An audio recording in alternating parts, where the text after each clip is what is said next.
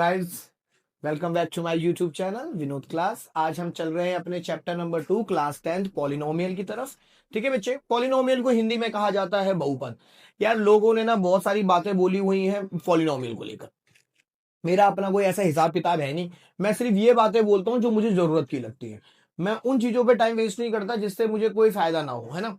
मैं सिर्फ वही बातें बोलूंगा जो जरूरत है, जो चीजें आपने सीखनी है। मेरे बच्चे, मेरे लिए पॉलिनोमियल की डेफिनेशन एक ये बुक डेफिनेशन है जिसमें मेरे को मजा नहीं आता, लेकिन मैं फिर भी समझाने की कोशिश कर रहा हूँ। एक अलजेब्रा का एक्सप्रेशन है, मतलब एक इक्वेशन होगी जिसमें एक वेरिएबल होगा यानी चर होगा, एक कोफिशिएंट यानी गुणक होगा और एक कांस्टेंट होगा यानी पद होगा, जिनको एक साथ कंबाइन करके या तो जोड़ा गया होगा या घटाया गया होगा या मल्टीप्लाई किया गया होगा। जैसे मैंने एक इक्वेशन रखी 5x² + 2x - 7, तो 5 और 2 ये हमारे हो गए, 5 और 2 कॉफिशिएंट, ये हमारे क्या हो गए बेटा, कॉफिशिएंट यानी कि गुणक। और स्क्वायर जो पावर होती है वो हो गया एक्सपोनेंट यानी कि घात। उसके बाद जो बीच में प्लस माइनस के साइन हो गए ये हो गए ऑपरेटर। ठीक है, और एक्स एक्स या x² इधर y होता तो वो क्या हो जाते हैं, वेरिएबल। ठीक है, तो मेरे को तो एक ही चीज अच्छी लगती है भाई बतानी, मैं आपको सच सच बताऊं तो मेरे लिए क्या है पॉलिनोमियल, बहुपद क्या है, जब वेरिएबल के साथ मैथमेटिक्स और पावर को एक साथ कंबाइन कर दिया जाता है। जब वेरिएबल के साथ मैथमेटिक्स के नंबरों को एक साथ कंबाइंड कर दिया जाता है तो मेरे लिए वो पॉलिनोमियल है। जब नंबरों को, संख्याओं को और पदों को एक साथ कम जोड़ दिया जाता है, घटा दिया जाता है, गुणा कर दिया जाता है या भाग कर दिया जाता है तो मेरे लिए वो बहुपद बन जाते हैं, पॉलिनोमियल बन जाते हैं। जब भी आप मैथ्स टर्म्स को, यदि मैथ वाली टर्म्स को आप वेरिएबल टर्म्स के साथ कंबाइन करवा देते हो तो मेरे बच्चे ये क्या बन जाता है, हमारे लिए बहुपद बन जाता है, पॉलिनोमियल बन जाता है। ठीक है मेरा बच्चा, इसको हम लोग पावर भी कहते हैं। क्या कहते हैं इसको हम, पावर। ठीक है, अब मैं आपको कुछ चीजें बताता हूं। अगर किसी इक्वेशन की हाईएस्ट पावर 1 है तो उसको क्या कहा जाता है, तो इसको कहा जाता है लीनियर पॉलिनोमियल, रेखिक बहुपद। ठीक है बेटा, उसी तरीके से भैया कोई एग्जांपल, हाँ जी लो, 4x मैथ का टर्म, वेरिएबल, हाईएस्ट पावर जब कुछ नहीं है तो 1 है, तो ये क्या है हमारा लीनियर पॉलिनोमियल। सेकंड वन, अगर मेरी हाईएस्ट पावर घात जो है मेरी, अगर वो 1 है, पावर 1 है, अगर मेरी हाईएस्ट पावर, हाईएस्ट ऊंची घात अगर 2 है तो वो कहलाया जाता है quadratic polynomial.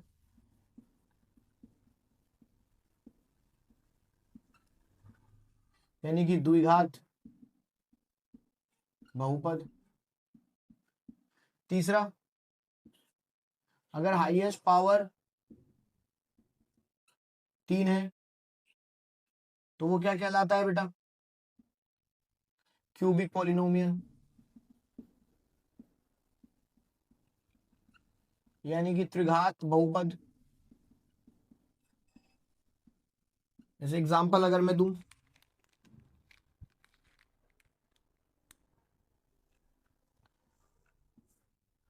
(4x² + x + 2) and highest power is 2, that is called quadratic। अगर इसकी highest power 3 then it is called cubic polynomial, द्विघात बहुपद। ठीक है, क्या भैया ये पॉलिनोमियल हो सकता है, बिल्कुल हो सकता है, कोई टेंशन वाली बात ही नहीं है, ये पॉलिनोमियल हो सकता है। ठीक है, क्योंकि मेरे बच्चे मैंने क्या बोला आपको कि वेरिएबल्स के साथ नंबर होने चाहिए, वेरिएबल्स के साथ क्या होने चाहिए, नंबर होने चाहिए। ठीक है, अब हम अपने चैप्टर को कवर करेंगे, एक्सरसाइज 2.1 को। ठीक है बेटा, कि उसके अंदर क्या क्या चीजें पढ़नी है, कैसे पढ़ना है, उस हिसाब से मैंने आपको क्या कहा कि मैं फालतू फंड की चीजें बोलता नहीं, मैं फालतू फंड पढ़ाता नहीं, मैं वही पढ़ाता हूं जो मेरे लिए बहुत जरूरी है। और इस वीडियो के एंड में मैं बताऊंगा इस बार मेरा 10th का रिजल्ट क्या रहा है, मेरे 10th में कितने बच्चे पास हुए हैं, ध्यान से सुनना। ठीक है, क्योंकि मैं अलग से एक वीडियो बनाना नहीं चाहता, मैं चाहता हूं कि मेरी वीडियो के अंदर ही मैं आपको बता पाऊं कि मेरे कितने बच्चे पास हुए हैं, कितने बच्चे नहीं हुए हैं। जो जेन्युइन सच होगा वही बताया जाएगा, झूठ बोलने में मैं कोई विश्वास रखता नहीं हूं। ठीक है, चलिए शुरू करते हैं आज का चैप्टर एक्सरसाइज 2.1 के साथ। लेकिन उससे पहले छोटे छोटे 2 एग्जाम्पल डालूंगा और आपको होमवर्क दूंगा बस। देखिए मेरे बच्चा, हमारी जो एक्सरसाइज 2.1 है उसके अकॉर्डिंग हम अपनी बातें कर रहे हैं आपसे। सबसे पहले अगर आपको कोई ये दिखा हुआ दिखता है कहीं पे y equal to p x, तो इसका क्या मतलब होता है बेटे? y equal to p x का मतलब है कि जो y वाला नंबर है, एक y वेरिएबल है और एक x वेरिएबल है ना। आप लोगों के लिए सिंपल सा एक लाइन कि जो x पर, किस पर हमारे बच्चे? x पर जो है, ठीक है, वो इंटरसेक्ट हो रही है। x लाइन जो हमारी वो क्या हो रही है? इंटरसेक्ट हो रही है n पॉइंट पर। n पॉइंट बोले तो मैं सिंपल सी एक बात बताता हूं आपको, बहुत सिंपल सिंपल सी, तो बुक की लैंग्वेज है, उस हिसाब से हमने आपको बता दिया। ठीक है, मतलब n डिनोट फॉर हमारी डिग्री, n डिनोट किसको करेगी? यहाँ पे डिग्री को डिनोट करेगी। तो जो x वाला नंबर है, जब हम उसको ग्राफ पर दिखाएं, जब हम चीजों को किस पर दिखाएं? ग्राफ पर दिखाएं, और वहां लिखा है y बराबर पी एक्स, इसका मतलब वो ये पूछना चाहता है कि x जो है वो x एक्सिस पर कितनी जगह कट रहा है, और जितनी जगह वो कटेगा वही उसकी क्या होगी बेटा? पावर होगी। x जितनी जगह कटेगा वही उसकी क्या होगी? पावर होगी। जैसे आपको एग्जांपल दिखाता हूं, फिर आपको समझा दूंगा, देखना बच्चे।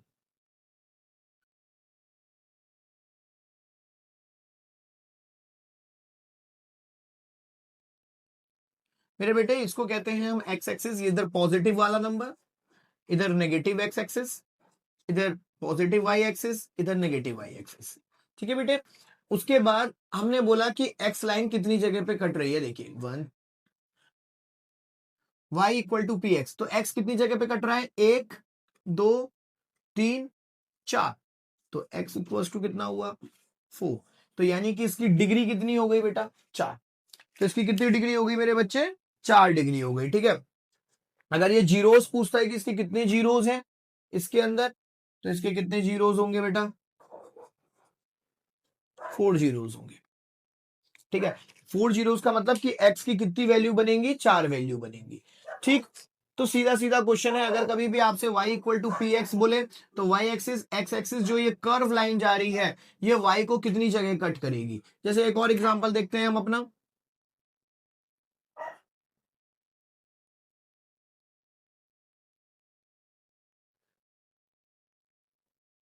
अब बताइए x की वैल्यू क्या होगी? तो मेरे बच्चे इसने तो एक्स लाइन को काटा ही नहीं, सिर्फ कौन सी लाइन को काटा है इसने? वाई एक्सिस को काटा है, एक्स को तो काटा ही नहीं है, तो इसलिए एक्स की वैल्यू कितनी हो जाएगी? 0। तो यानी कि इसके जीरोस कितने होंगे मेरे बच्चे? इसके शून्य कितने होंगे? 0। सेम इसी तरीके से अगर आप लोगों को ये बोल दे,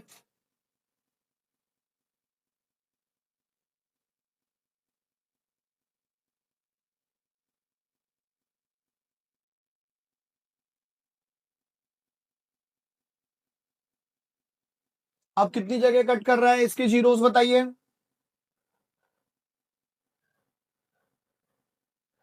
1 2। तो यही इसकी पावर भी होंगी और यही इसके शून्य भी होंगे, यही इसके जीरोस भी होंगे।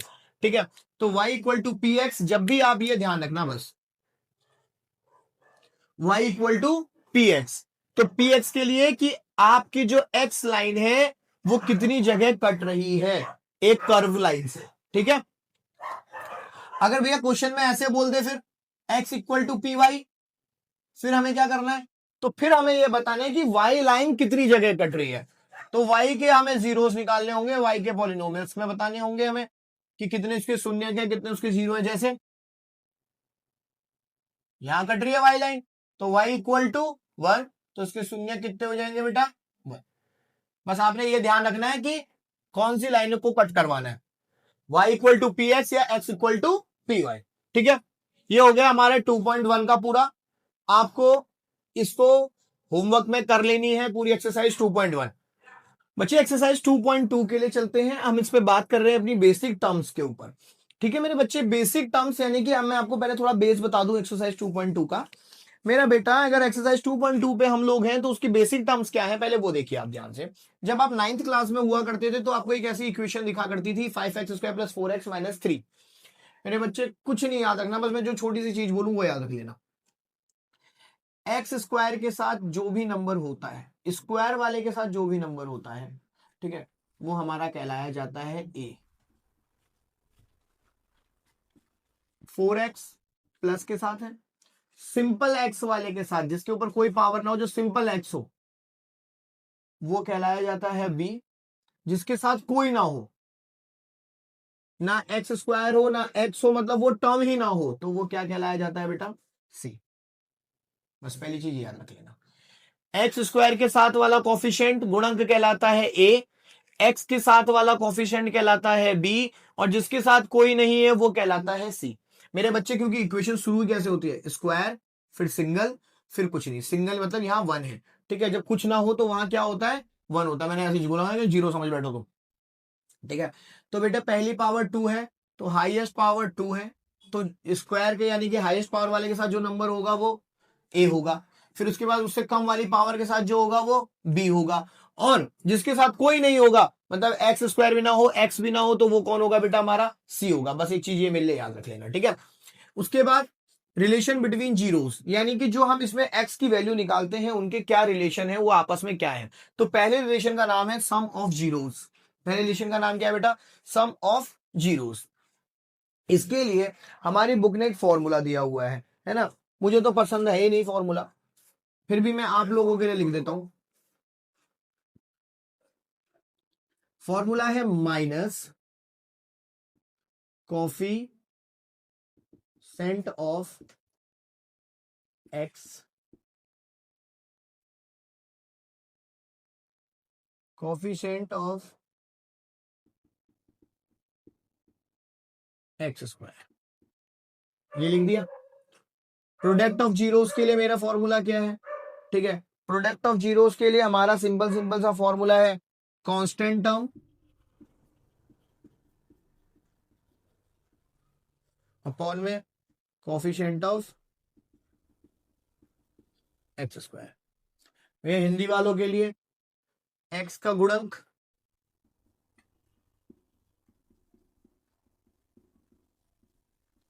एक्स स्क्वायर का गुणक, इस तरफ कांस्टेंट टर्म को हिंदी में बोलते हैं सामान्य पद, हाँ सामान्य पद, और नीचे एक्स स्क्वायर का गुणक, ठीक है। देखिए बच्चों, तो product of zeros constant term upon coefficient of x square, Hindi में इसको कहते हैं कांस्टेंट टर्म को स्थिर मान अपॉन में एक्स स्क्वायर का गुणक, ठीक है। मेरे बच्चे अगर ये सब याद नहीं हो रहा है कि सम ऑफ जीरोस का ये फॉर्मूला, प्रोडक्ट ऑफ जीरोस का, सम ऑफ जीरोस का मतलब शून्य का योग, प्रोडक्ट ऑफ जीरोस का शून्य का गुणनफल, ठीक है, तो मेरे पास इसका एक जादू है जो हम जादू वाला फॉर्मूला अपना याद रख लेंगे, इतनी सरदर्दी मारने की जरूरत नहीं है। सम ऑफ जीरो शून्य का योग, इसको हम बोल देंगे अल्फा प्लस बीटा, मैं ऐसे ही बनाता हूं अल्फा बीटा भाई। तो सम ऑफ जीरो शून्य का योग, इसको हम डिनोट किससे कर लेंगे बेटा, अल्फा प्लस बीटा, और हम अपने लिए फॉर्मूला याद रख लेंगे माइनस बी अपॉन ए। जरूरी नहीं है इतना बड़ा फॉर्मूला याद रखना, हम वो याद रख लेंगे, अल्फा प्लस बीटा यानी माइनस बी अपॉन ए, यानी सम ऑफ जीरोस हो गया। प्रोडक्ट ऑफ जीरोस, अल्फा और बीटा हमारे जीरोस हैं, ठीक है, इसके लिए हम फॉर्मूला याद रख लेंगे c upon a, alpha plus beta minus b upon a, alpha into beta c upon a. बस ये आपका जादुई टर्म मैंने आपको दे दिया है, ये आप याद रख लेना।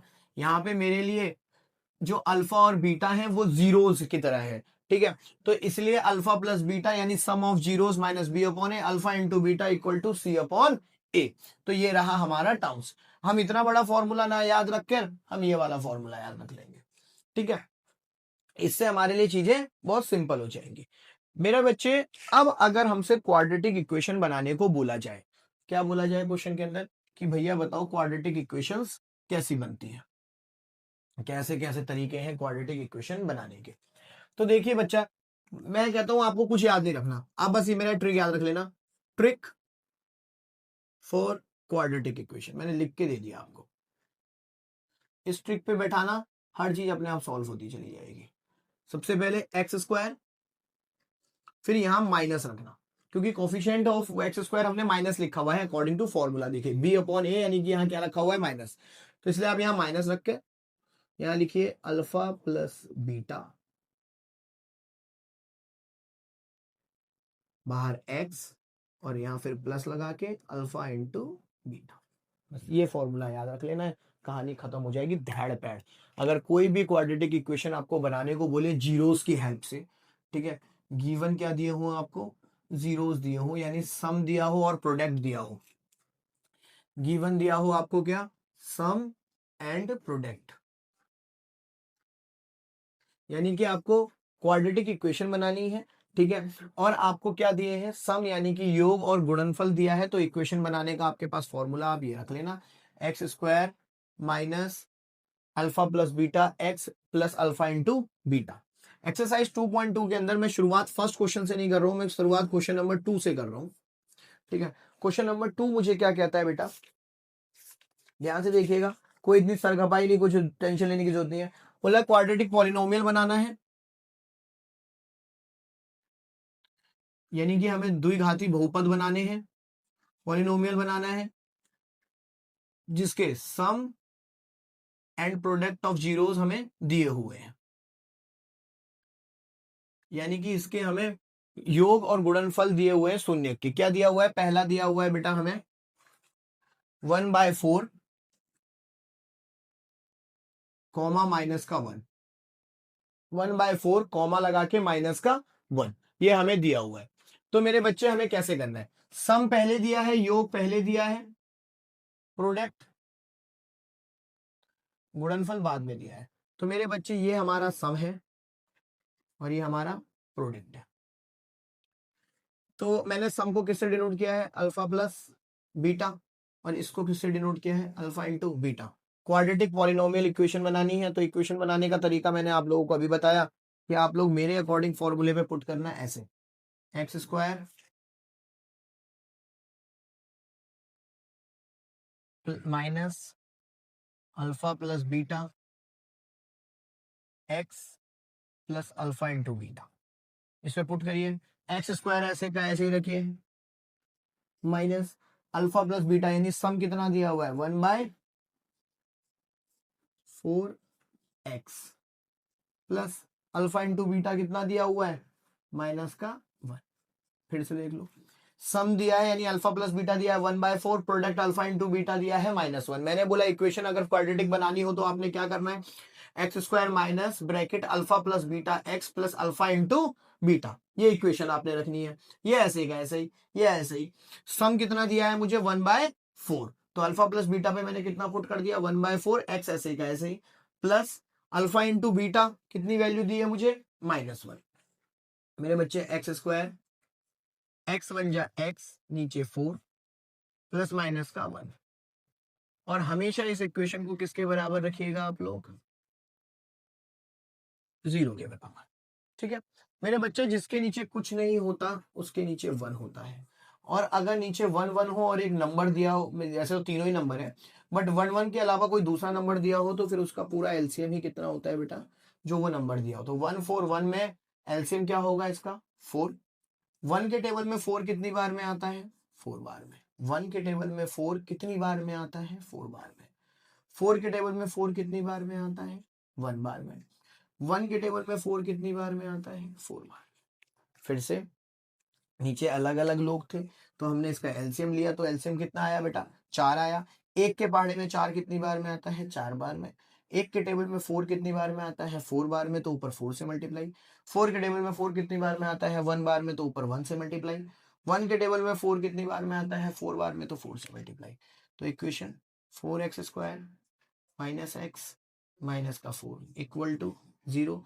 ये इधर जाएगा 0 हो जाएगा, तो हमारी इक्वेशन बन गई 4x square minus x minus 4 equal to 0। ये हो गई हमारी क्वाड्रेटिक इक्वेशन, ठीक है बेटा।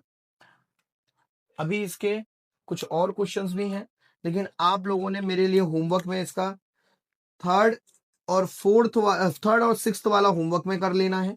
ठीक है, अभी आपको और क्वेश्चन करके दिखाता हूं। ये फर्स्ट क्वेश्चन था, लेकिन आपके लिए थर्ड और सिक्स्थ होमवर्क है, और हाँ फोर्थ भी होमवर्क है।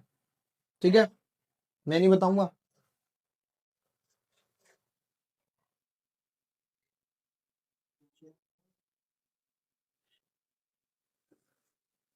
देखो अगला देखो,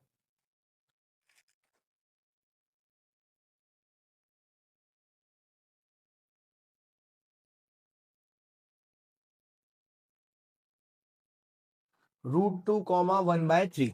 ठीक है मेरे बच्चे, इसकी इक्वेशन बनानी है। पहले आगे वाला सम, पीछे वाला प्रोडक्ट। ये ऐसे का ऐसे ही, सम कितना, √2x अल्फा इंटू बीटा कितना, 1/3, क्योंकि मैंने अभी अभी आपको बोला ये डिनोट करता है अल्फा प्लस बीटा यानी सम को, ये डिनोट करता है अल्फा इंटू बीटा यानी प्रोडक्ट को। ठीक है, वैल्यू पुट करते हैं, x² ऐसे का ऐसे ही, √2x 1/3 बेटा, जिसके नीचे कुछ नहीं 1, जिसके नीचे कुछ नहीं 1। ठीक है, एलसीएम 1 3 1 1, तो एलसीएम 3। 1 के टेबल में 3 3 बार में आएगा तो यहाँ 3, 1 के टेबल में 3 3 बार में आएगा तो मल्टीप्लाई 3, 3 के टेबल में 3 1 बार में आएगा तो 1। तो देखिए 3 के x² के साथ मल्टीप्लाई 3x² माइनस ऐसे ही 3 की √2x क्या, एक के साथ रूट है, इसके साथ रूट नहीं है, तो ये ऐसे का ऐसे ही, और रूट वाली वैल्यू ऐसे की ऐसे ही, प्लस का 1 बराबर 0, इधर गया तो 0। 3x² माइनस 3√2x प्लस का 1 इक्वल्स टू 0। ठीक है बच्चे, देखिए तो 1 1 3, पहले हमने यहाँ वैल्यू पुट कर दी सम की और प्रोडक्ट की, फिर उसके बाद जिसके नीचे कुछ नहीं था 1, 1 1 3 1 एलसीएम 3, एक के पहाड़े में 3 3 बार में तो मल्टीप्लाई कितने से होगा, 3 से। एक के पहाड़े में 3 3 बार में तो मल्टीप्लाई कितने से होगा, 3 से।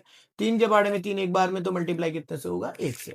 3x² की मल्टीप्लाई 3x², 1 के टेबल में 3 3 बार में तो -3√2x, 3 के पहाड़े में 3 एक बार में तो 1 1 जा 1, ये इधर गया तो मल्टीप्लाई 0 के साथ तो 0 हो गया, ये हमारी इक्वेशन बन गई। अब हमारे 2 चैप्टर पूरे हो चुके हैं, फर्स्ट चैप्टर पूरा हो चुका है, सेकंड चैप्टर पूरा हो चुका है।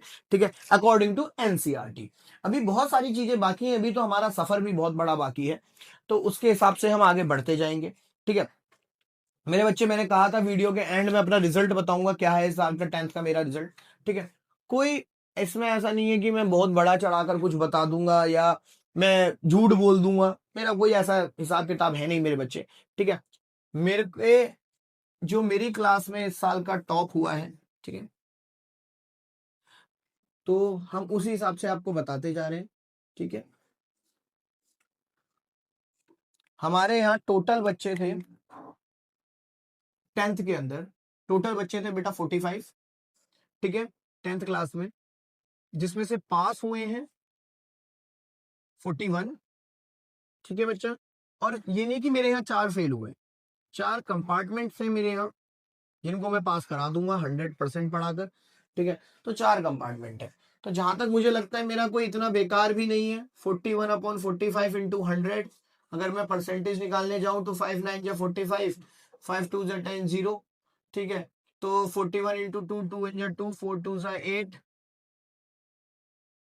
9। ठीक है, तो लमसम 9 9 81 और 9 1 9, तो 91% के अकॉर्डिंग हमारा 10th का इस बार का रिजल्ट रहा है। मेरे अकॉर्डिंग तो अच्छा ही रहा है ना, तो 91% रिजल्ट है। और जितने बच्चे पास हुए हैं उनको कॉन्ग्रेचुलेशन, जो हमारे ट्यूशन से हुए या कहीं से भी हुए हों, क्योंकि बच्चों आपकी जिंदगी बहुत जरूरी है। तो जितने भी बच्चे पास हुए हैं कॉन्ग्रेचुलेशन, आगे की तैयारी के लिए बहुत बहुत शुभकामनाएं हैं आपके लिए, आप आगे की तैयारी रखें। और हमारे बैच के बच्चों के लिए तो भाई कमाल ही कर दिया, भाई कमाल ही कर दिया उन्होंने, तो हमारे बैच के बच्चों ने, मैं जानता हूं क्यों कमाल करा है, सीक्रेट है बता नहीं सकता। ठीक है, और हाईएस्ट मार्क्स जो हमारे यहाँ गैदर हुए हैं इस बार, वो हुए हैं 81%। ठीक है, मौका मिलेगा तो मिलवा भी देंगे, बता भी देंगे। ठीक है, और 81% के साथ हाईएस्ट मार्क्स है 10th क्लास के अंदर, 91% का रिजल्ट है, बहुत बेहतरीन रिजल्ट है हमारे लिए। और जो मेरे स्टूडेंट हैं वो जानते हैं कि मैं ऐसा क्यों बोल रहा हूं, क्योंकि वो उन्हें पता है कि उन्हें पास कराने में कितना जमीन आसमान एक करा है मैंने। और एवरेज परसेंटेज मेरे यहाँ 60% की मेरे यहाँ एवरेज परसेंटेज है, कि मतलब मिनिमम 60% तो हमारे यहाँ मार्क्स आए ही आए हैं। ठीक है, बुरे नहीं है, अच्छे हैं। ठीक है, ठीक है, फिर thank you so much, love you all. Video को लाइक करें, सब्सक्राइब करें, शेयर करें जितना हो सके। Bye bye.